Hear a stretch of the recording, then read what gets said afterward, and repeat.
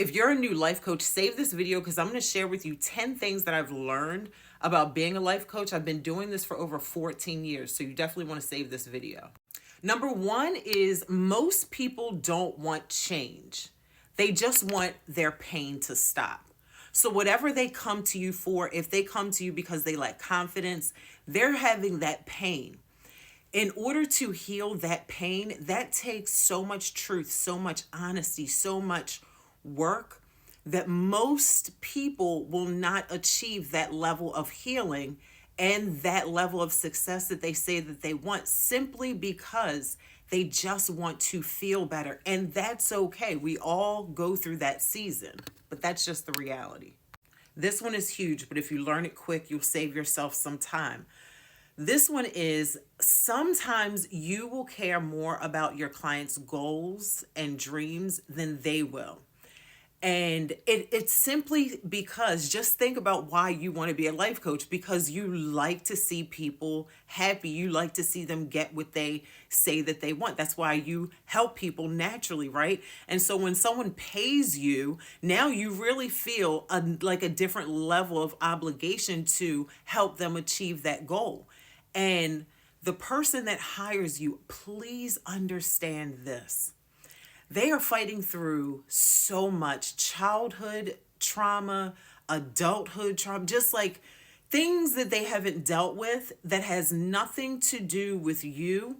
However, if you don't learn how to separate yourself from their outcome, you will burn yourself out. You'll start to question yourself. You may even start to doubt yourself.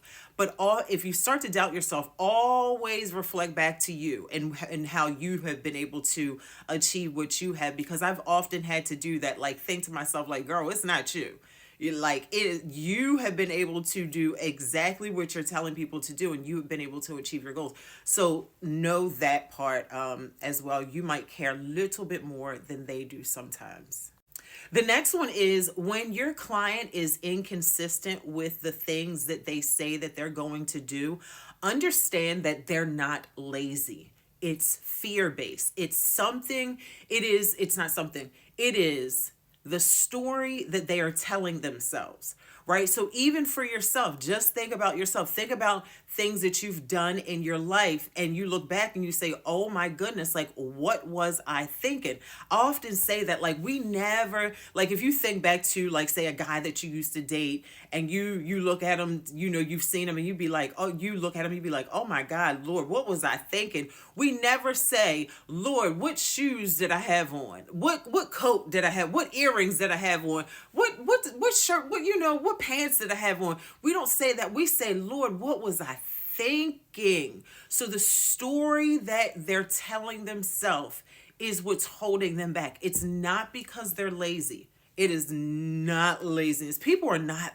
I mean, we have our lazy moments, but like, think about their real life. They have a life, they have a job. Like, it's not laziness. It's the story that they're telling themselves. So give them grace, but also give them tough love, but also hold space for that reassurance at the same time.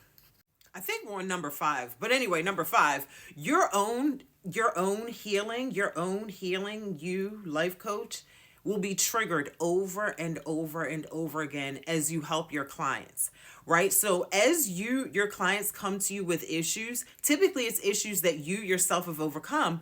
However, because you're still in this world, but we're not of this world, you still are going to have to deal with those things. And literally, when you are coaching, it makes you live your life on a different level, just on principle alone. It makes you rise to a different level.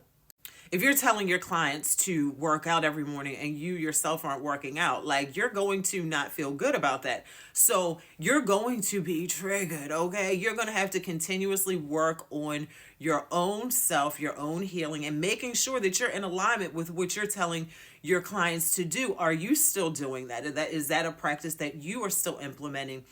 for yourself. Very, very powerful, because that's where your anointing comes from. I think this is number 6, and I'm going to end it with this one because I don't want this to be super freaking long. But this is the last and final one. Your story will be the strongest thing that you will ever say out of your mouth. Better than any strategy, better than any marketing plan, better than any marketing calendar, better than any life coach session, better than anything that you could ever share or do is going to be telling your story. What story should you tell? Did you ask? The story you don't want to tell. The story you don't want to tell. Tell that story. I'll do a part 2.